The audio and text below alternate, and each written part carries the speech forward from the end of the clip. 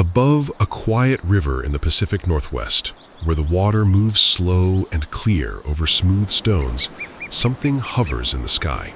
Still, patient, watching the surface below with eyes built for exactly this moment. This is the Osprey, the only hawk in the world that eats almost nothing but fish, and the only bird of prey on Earth built, wing to talon, entirely around that single purpose. Its wings span nearly 2 meters. Its eyes can see a fish moving beneath rippling water from 30 meters above, compensating instantly for the way light bends when it crosses from air into water, a correction most human eyes could never make. And on its feet, curved black talons end in a strange, reversible outer toe, allowing it to grip a slippery, twisting fish from any angle without losing hold. Nothing about this bird is accidental. Every feature exists for one purpose: to find fish, to catch fish, to survive on fish, season after season, year after year.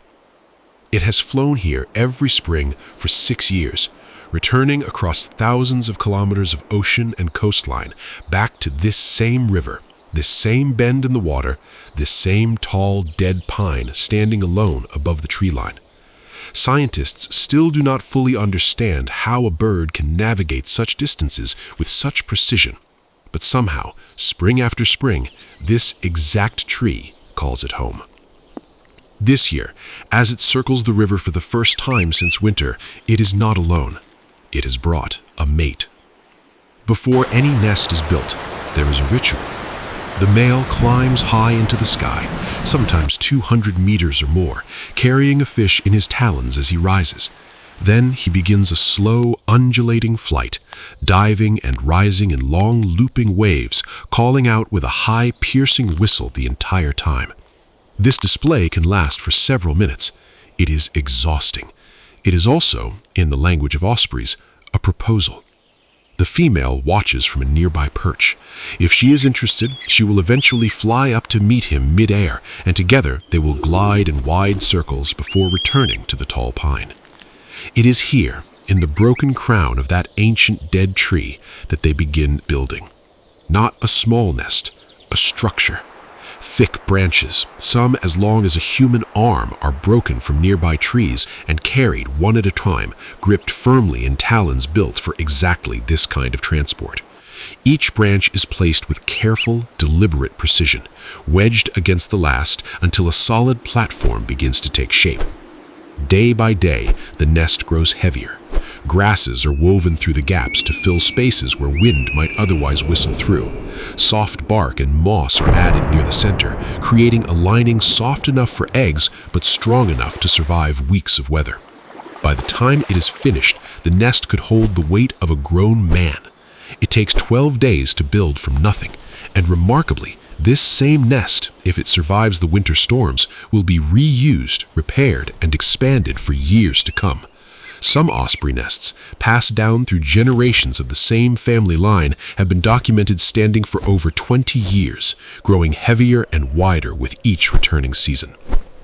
On the 17th day of spring, the female lays her first egg. It is pale, marked with soft reddish-brown blotches, roughly the size of a small chicken egg, but more delicate, more fragile than it looks. 2 days later, a second egg appears beside it. Then, 2 days after that, a third. 3 eggs, 3 chances, 3 entire futures now resting in a nest 40 meters above the river, dependent on nothing but the patience of 2 birds and the mercy of the weather. For the next 38 days, a female barely leaves the nest.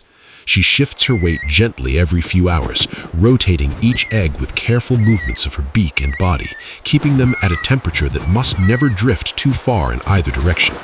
Too cold, and development stops. Too warm, and the embryo inside can be damaged beyond recovery. The male's role changes completely now. He becomes, in every sense, the provider.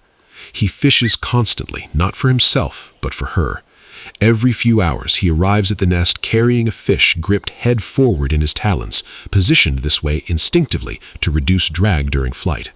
He lands at the edge of the nest, offers the fish, and waits nearby, while she eats, never straying far, always watching the sky and the tree line for anything that might threaten the eggs beneath her. Rain comes often here in early spring.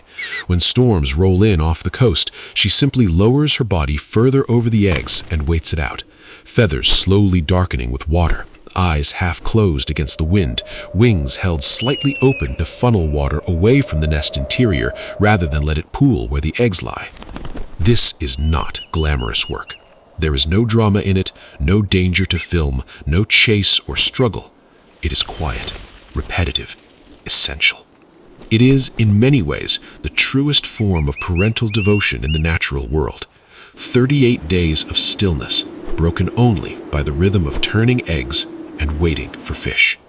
On day 39, the first egg begins to crack. It takes nearly 2 full days for the chick inside to fully emerge, a slow and exhausting process of pushing against the shell from within, resting, and pushing again. When it finally breaks free, it is damp, disproportionately large-headed, and covered in fine gray down that does little yet to keep it warm. It collapses almost immediately into the soft lining of the nest, unable to lift its own head for more than a few seconds at a time. The second chick follows a day later. The third, the smallest of the clutch, hatches 2 full days after that. 3 siblings, born days apart from one another, already unequal in size before they have even opened their eyes properly. This gap, small as it seems now, will matter more than anyone watching from the ground might expect. The parents adjust their routine immediately. The male now fishes almost constantly, sometimes 6 or 7 trips in a single day, each fish torn carefully into small, manageable pieces by the female and offered directly, 1 bite at a time, to whichever chick raises its head first and calls loudest. In years when fish are plentiful in the river below, all 3 chicks tend to grow at a similar pace, each one receiving enough to develop steadily alongside its siblings. But in leaner years, when fish are scarce and every trip requires more effort and more risk, the oldest and strongest chick eats first and eats more. Nature does not distribute resources fairly. It distributes them according to survival. This particular year, the river is generous. The water runs high, the fish are abundant, and all 3 chicks grow steadily side by side. By day 20 of their young lives, dark feathers begin pushing through the soft gray down along their wings and backs, the first visible sign of the birds they are becoming. Their eyes, once unfocused and barely open, sharpen week by week into the same intense amber stare carried by both of their parents. By day 30, they are standing, wobbling at first on legs still finding their strength, then gradually steadier, gripping the woven nest lining with talons that already look disproportionately large for their bodies. Evolution preparing them early for a life that will depend, more than anything else, on the strength and precision of those feet. By day 40, the nest, once spacious enough for 2 adults and 3 eggs, now feels genuinely crowded. The 3 young ospreys spend their days stretching wings that are not yet strong enough to fly, testing balance along the nest edge and watching every single movement their parents make with a sharp, growing attention that borders on obsession. They watch the fishing dives most closely of all. An adult osprey hunts by hovering high over open water, sometimes 15 meters up, sometimes 30 or more, scanning the surface below with head tilted, searching for the telltale flash of a fish moving near the surface. When it spots movement, it folds its wings tight against its body and drops, feet first, in a controlled, almost violent stoop toward the water. At the moment of impact, special muscular valves close automatically over the nostrils, sealing them against the incoming water. A thin, clear membrane slides protectively across each eye, preserving vision even as the bird plunges partially or sometimes almost entirely beneath the surface. And in that single critical moment underwater, the curved talons snap shut around the fish, the reversible outer toe rotating to grip with 2 toes forward and 2 back, before the bird's own powerful wing beats haul it, dripping and heavy, back into open air. The entire sequence, from hover to strike to flight, takes under 3 seconds. It will take the young ospreys many weeks of watching and many months of failed attempts of their own before they can come anywhere close to replicating it. By day 50, All three young birds are nearly full-sized, their juvenile plumage a slightly paler, more delicately scalloped version of their parents' darker adult feathers.